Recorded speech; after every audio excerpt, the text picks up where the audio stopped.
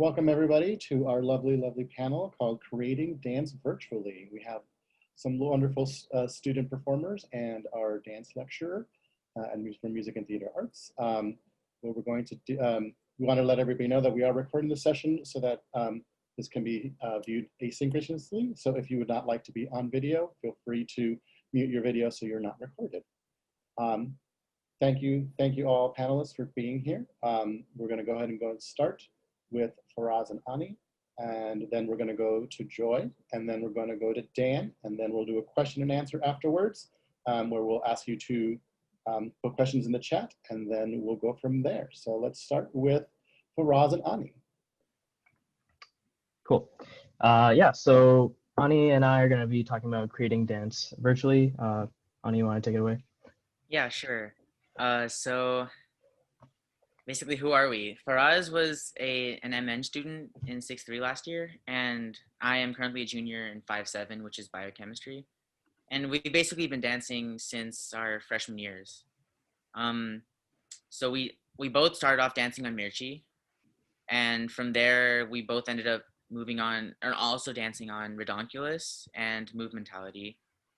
Redonculus is the top left, Movementality is like the top middle one, and Mirchi is the one in the red.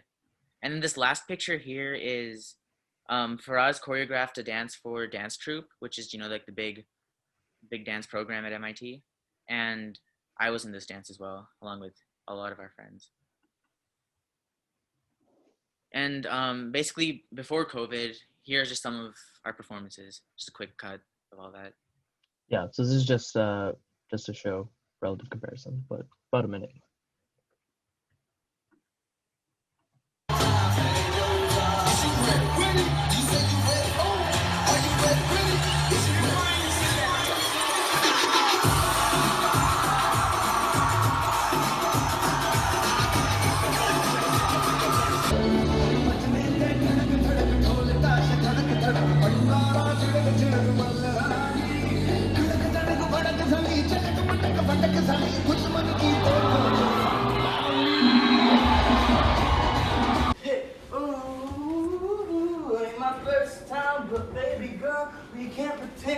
Let's bump and grind because tonight will never end. Let me take you down. Hey. I really want to take you down. Come on.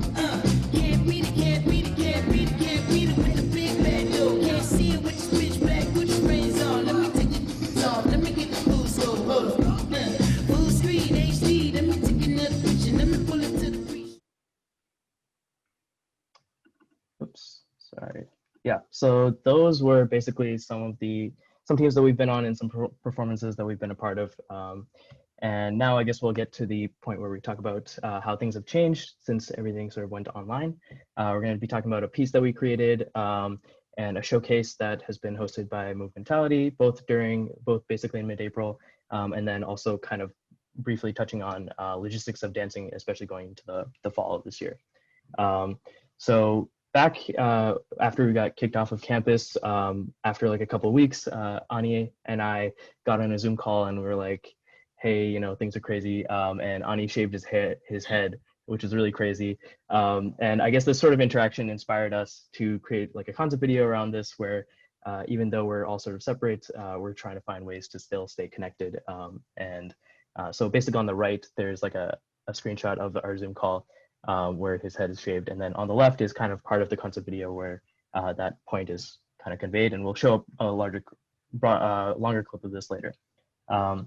So some of the challenges that we faced with this online format is that over Zoom, you know, the audio usually, it's not synced up. So trying to choreograph and collaborate is pretty difficult. And I guess the concept that we were trying to do was like a Zoom call dance video. And so we had like a restricted space and we had to dance mostly with our hands, which is something that we're not really used to. And another question is, how do we showcase this? Because, you know, usually Redonculus, for example, hosts a showcase called Footwork in the spring, which unfortunately got canceled. But more on that later. But some of the benefits of this format are that you can have different takes and put together different sections, and you can have interesting screen formational ideas, have different backgrounds, different props, etc., to convey your ideas. So to talk about a little bit more about the showcase aspect, so Movementality decided basically to host a showcase in mid-April, kind of around the same time the footwork was supposed to happen, as a way to try to get the dance community together. So on the left, you can see there's a Zoom call here where everyone's sort of watching, and here on the right is the Facebook event. And some of the challenges with organizing this was, first deciding whether we wanted to do it live or pre-recorded. We ended up going with pre-recorded just because it was logistically easier and having like a YouTube playlist.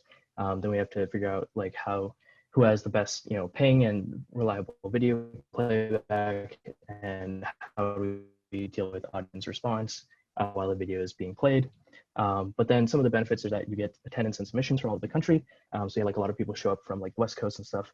And one thing that's really fun is because people aren't actually performing live, it makes it more natural to just immediately discuss pieces that have been played with the actual choreographers and what their idea was going into it. And there's also pretty wide diversity in pieces that were actually played. So now I'm going to show like a few different clips from the first MMTV event, and basically the intro to the show, some clip that Bangara submitted, and part of a longer clip of our video as well. I think we're ready to begin Movementality TV's first ever digital dance show. Woo! Fresh trees, young seeds, all trying to find the light. Stepping up with them for the sun. I can rock, let the people level up. In the city life, making sure next day beauties. What's wrong with what I see? Or you spoil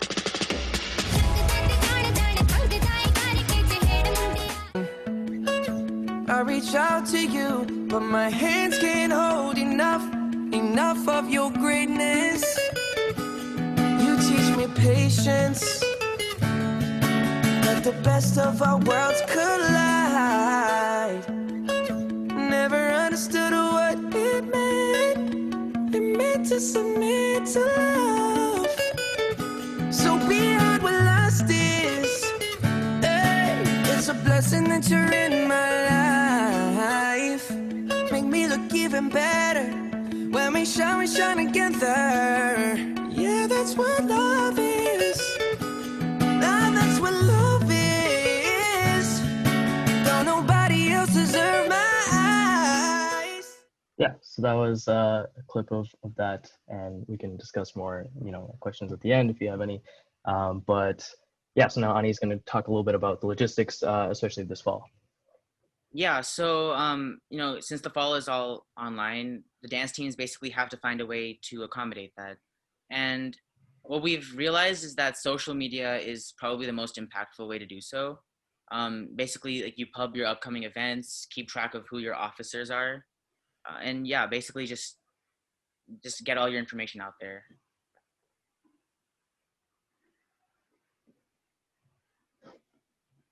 And some of the more specific challenges are like auditions. So in the past, you teach auditions to you teach them live and basically watch everyone live as well and discuss later by recording. However, that's not possible anymore. So that's one of the main issues. Another one is like we discussed earlier, just choreographing and learning choreo without synced audio. And so you can't ask questions, and a lot of those features are basically gone. But some of the benefits involve just being able to combine different art forms now. So from like video editing to graphic design, dance, and music, everything just comes together, and you're able to find new ways to express yourself artistically. And another aspect is just like maybe thinking about dance in a new way. So instead of focusing on choreography and teaching, maybe focus more on training fundamentals and improving as dancers and just growing. So it's just a time to reflect on our abilities and our goals, and maybe approach dance in a different way. Yep. So that's basically all we have. We have links. I think the slides will be sent out anyways, but we have links to different teams' Instagram handles, and as well as some of the longer versions of the videos that we played. But yep, that's about it. All right, thank you, Ani and Faraaz. If you guys have any questions, feel free to put them in the chat. We'll talk about it after all our speakers have given their presentations. Joy, come on up. Hello, can everyone hear me? Am I good? Okay. So I'm Joy. I'm in the class of 2022, and I'm majoring in 614 and 18 with a minor in music. So I'm already involved in like a lot of art stuff on campus just besides dance. But we're here to talk about dance. So I do not have a presentation like Aniket for us, but I was just going to like kind of show you some videos and talk about what my dance team, Asian dance team, does. So I'm the director of public relations, so I'm on the exec team, and I'm also a traditional choreographer for the Asian dance team, which is currently the largest dance team on campus. We had over 260 members last semester. It was crazy. And overall, just an overview, we're focused on mostly traditional and contemporary Asian dance as well as modern Asian pop. So that includes K-pop, J-pop, C-pop, all of that. And we are not only run at MIT in the undergraduate and graduate communities, but we also have friends from Harvard and from the greater Boston community who join us for our showcases every semester.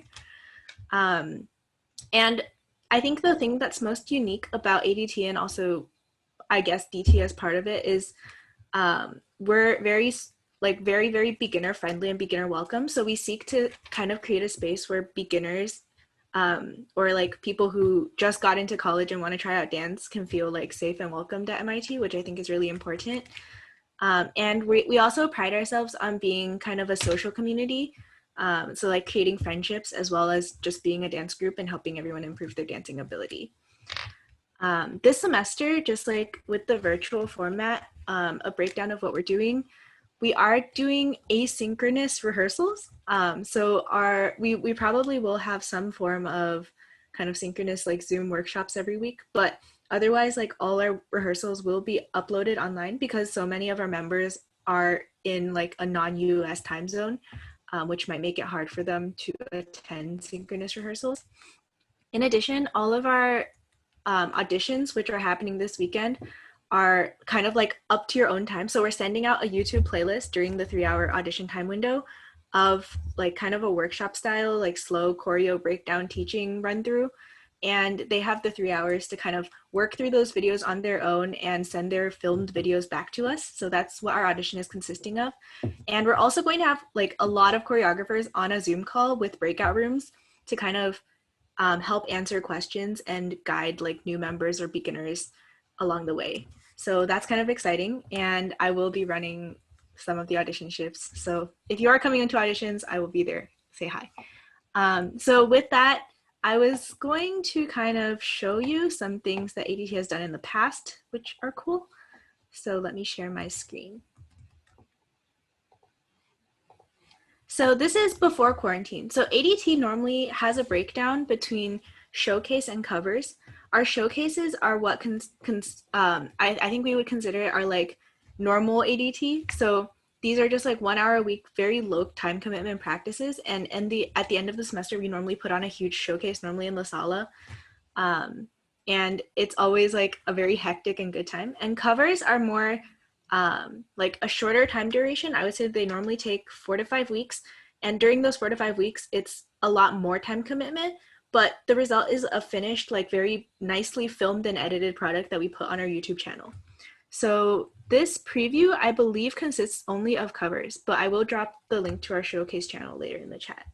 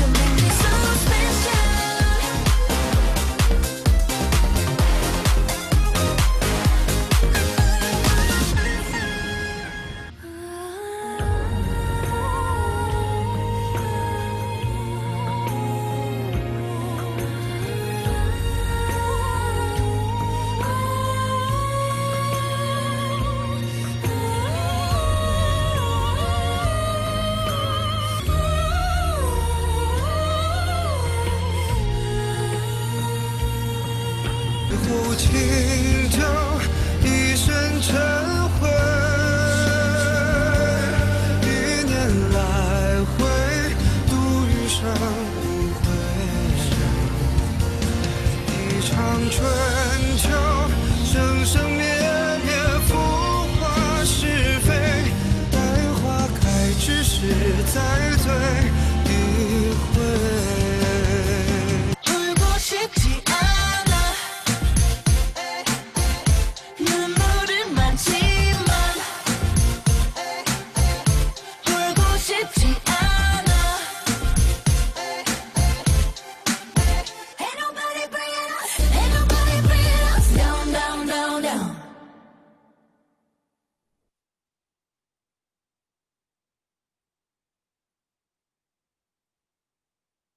Yeah, so those are a few snippets of some of our covers. If you want to watch them in full, they're also on the ADT YouTube channel. And let's see, Lydia. Yeah, Miguel, if you could show the next video. I think Lydia said there was some lag. There's another one. It's the Dynamite Challenge, but I was going to talk a little bit about it first. So this is what pre-COVID ADT looked like. Super exciting. And after, hang on. Okay, wait, I guess I'll answer the question later, right? I guess, okay.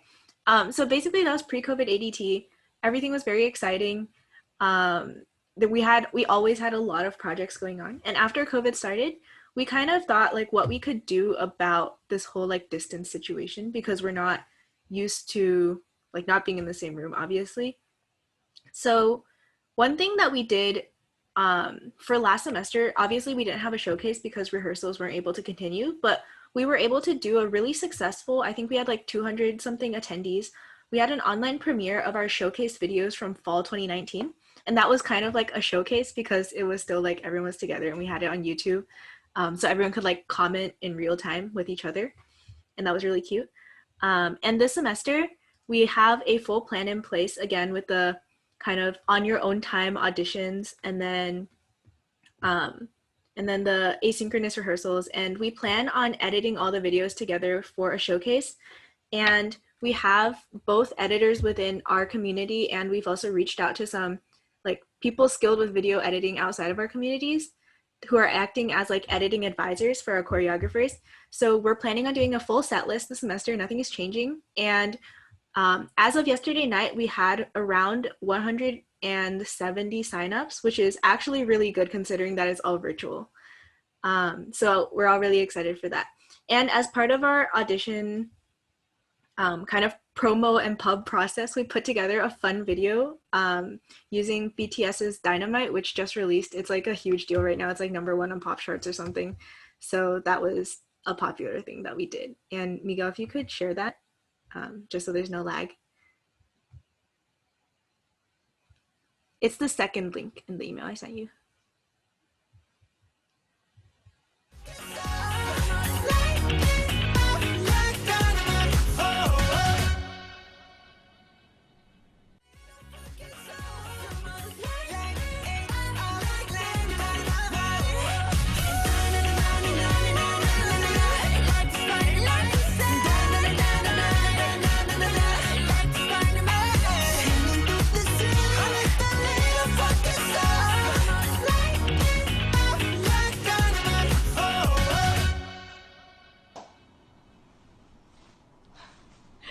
We hope you enjoyed our small surprise, and now it's your turn to submit the audition form and join ADT. So as I'm sure everyone has heard from other dance teams, like pubbing is definitely the most important part of this process. So yeah, as the pub chair for ADT, I am proud that we have so many signups. We actually made a bet about it, so I thought we weren't going to get over 50. One of our captains said over 100, and the last captain was like, no, I'm sure that we will have more than 150, and I lost the bet, so I have to buy both of them drinks now. But yeah, that's all I have for ADT. So if there are questions. Awesome, thank you, Joy. If you have any questions, feel free to put them in the chat. We're gonna have Dan talk, and then we'll answer all the questions in the chat. Dan. Hey, hi everybody. First of all, it's so amazing to see all the work that dance teams are doing, that you all are making, and the videos. It's super inspiring. and I feel like hard to follow. So I will do my best, but we'll see what happens. I'm a lecturer in movement and dance in theater arts. And I've been focused mostly on what I make, going, how do you turn, I like this idea of how do you turn the scar into a star? So how do we take the problem and turn it into an asset?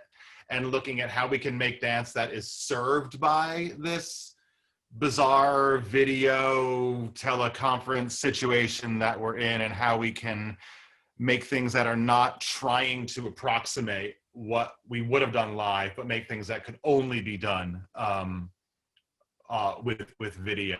And I've been involved in a number of projects, oddly, since when COVID hit. I was just about to start rehearsing a show. I was choreographing a production at Bard College, and they immediately just switched it to an online production. So I had one rehearsal in person, and then everything after that was virtual.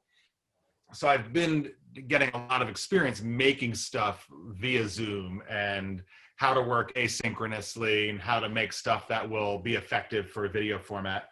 And then I was really lucky to work with this choreographer and filmmaker named Janessa Clark, who's a New York-based artist, who has this project called Communion, where she's getting different people to film themselves dancing, and then she's compositing them into duets. And there's an artist named Noah Lechambre, who's a Montreal-based choreographer and dancer, who he and I have been like sort of on each other's radar for about 15 years. And I've wanted to work with him. He's one of my favorite artists.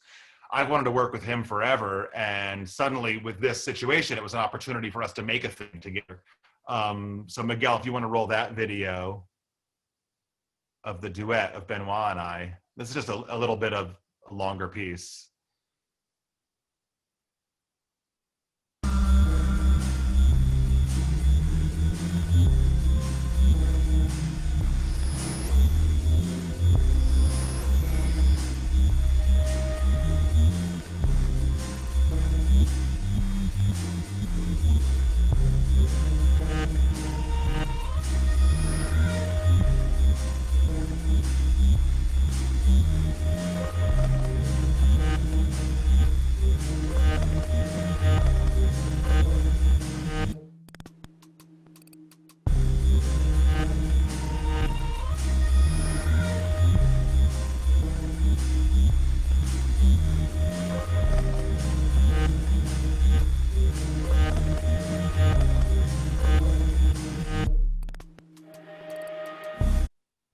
So yeah, you get the idea. So yeah, with that project, what we did was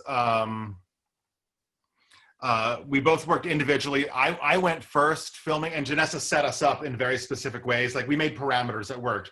The camera was a certain height off the floor and a certain height from the back wall. The back wall had to be white so we could match them up. We both improvised to either, we did a bunch. We both improvised to a Bowie song or to Eric Satie, and but then cut the sound out. And then I went first, and then Noah watched mine and kind of made his a response to mine. And then actually my video got messed up, so I had to make a response to Benoit's. So we kind of did like a back and forth to influence each other. And then put all that together, and then sent that, and then Janessa sent that off to a composer who wrote brand new music for it. So it was really a process of like layer upon layer upon layer upon layer upon layer. And we found that that was actually a way that we could work that would, like, was only possible via the distance and the video and stuff. And so I'm really excited about ways that we can keep exploring that rely on the video as opposed to use it as a hindrance. Awesome, thank you, Dan. Yes, thank you. Feel free to continue adding questions in the chat. We're going to go with some very specific ones first, and then we're going to go to broader. So, Joy, was the ADT dance team actually in Downtown Crossing in Boston? Yes. So our covers are filmed literally all over the place.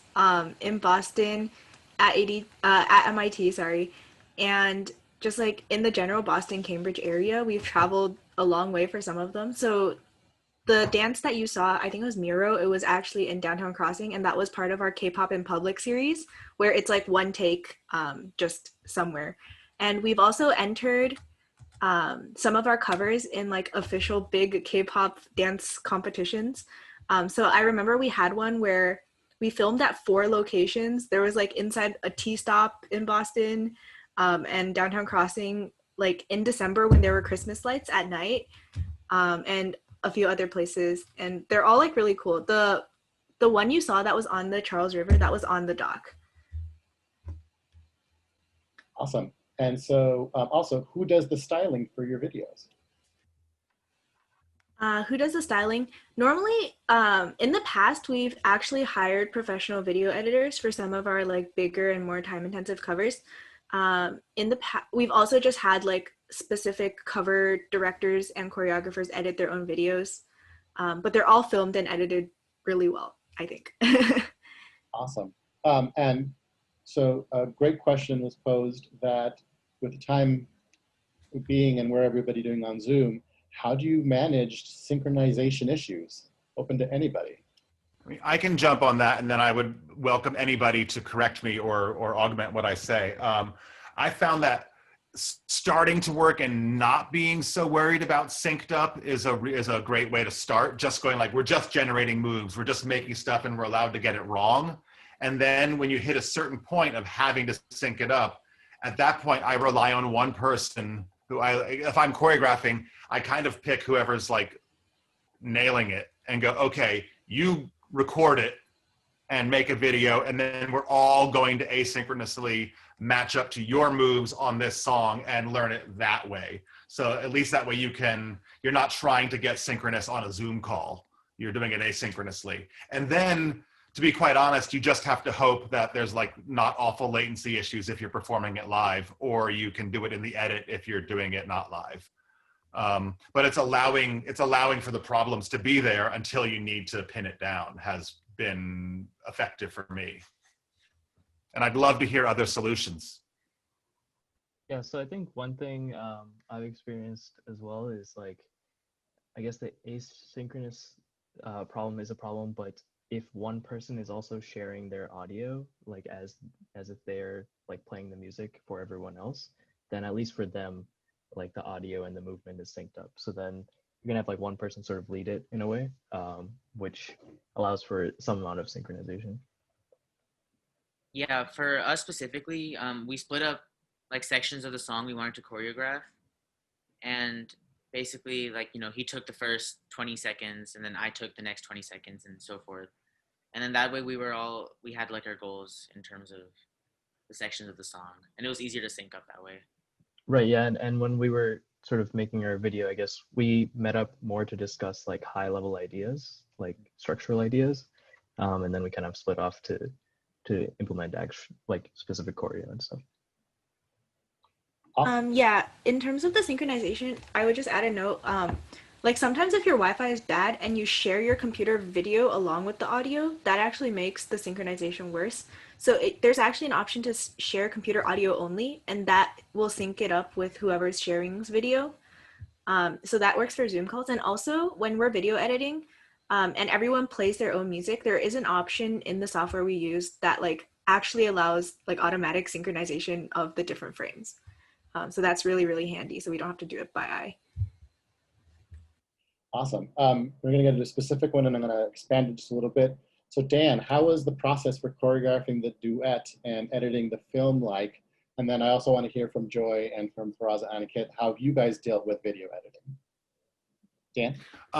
For that project, I actually didn't do the edit. Janessa, whose project it is, did the edit. A lot of it was about scale, and because we had the bodies separately, we had to make sure the parameters of filming were nailed down so that like we actually measured on the wall and showed where 6 feet was at one point. I'm a little taller than Benoit, so it's like we wanted to get our actual heights even, and then you can kind of let the camera roll from there.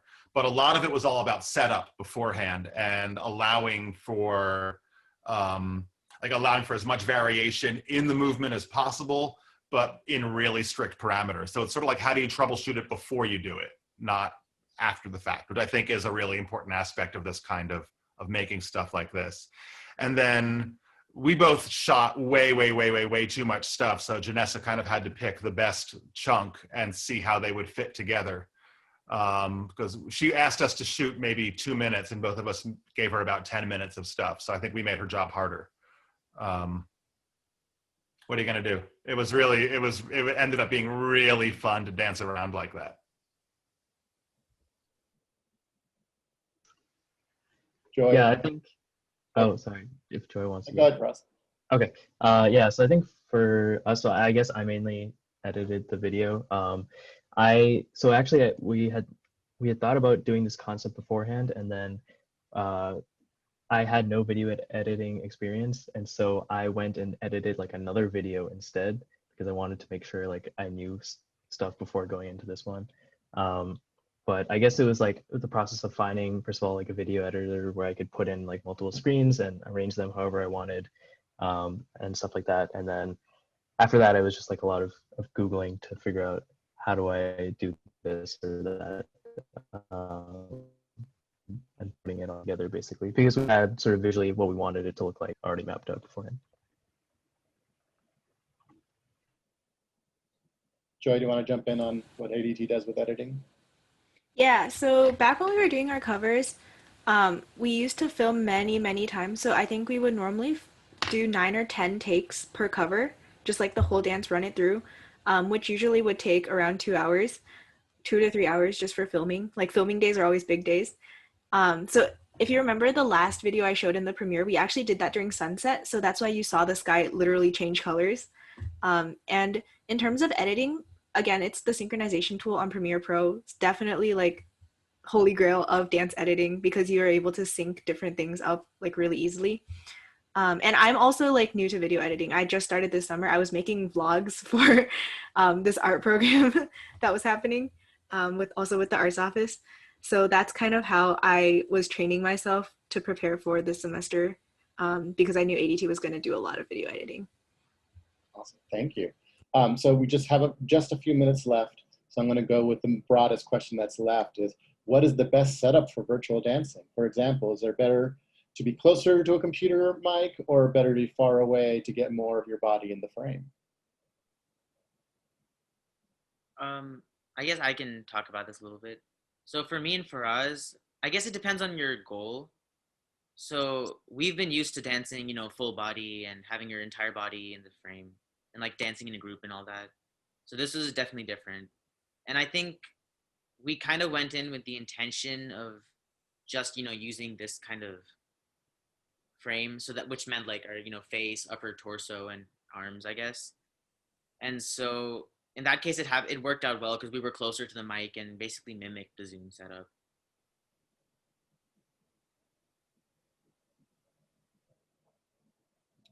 Joy or Dan, do you guys want to chime in? I think for me, what I do is I actually have a USB mic, and I use like, it has like almost a 2-meter long cord. So what I normally do is I put my laptop in the corner of a room, and then I move the mic closer to where I am teaching or standing or doing whatever. So my voice and the music, which comes directly from the computer, are both clear, but you can also see my whole body. So that's what works best for me. I think if there's a difference between teaching and making. For teaching, I've actually gotten like the best setup is a wireless like Bluetooth headset, I think, so that the sound is coming through with your music, so there's not a discrepancy between the two and they're not fighting each other. And there's a lot of different schools of thought and like different setups, and as things get more advanced, it becomes easier to teach. But the hardest part for teaching is the balance between what you're saying and the music playing and being in the room. In terms of virtual dancing for making something, I 100% agree with what Ani was saying. It's like, what is your goal? And do you want hands? Do you want the whole body? It's the same as like setting things up on a stage. Should someone be in the center, to the right, to the left, whatever. There's all sorts of different stuff. It's case by case, completely different. And there's really cool stuff you can do with the virtual stuff. You can get like a hand right here, which is really hard to do in a proscenium theater.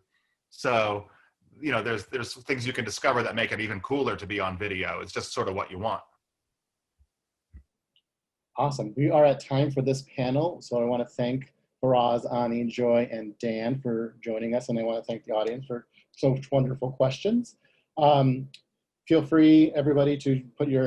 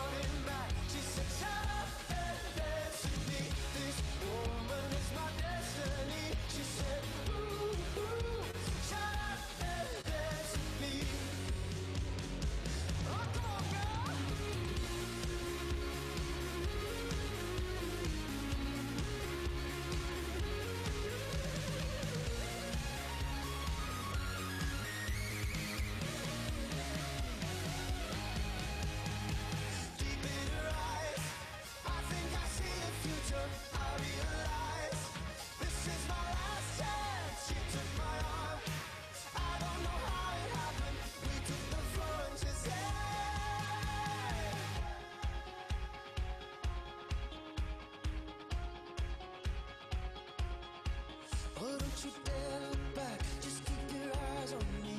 I said you're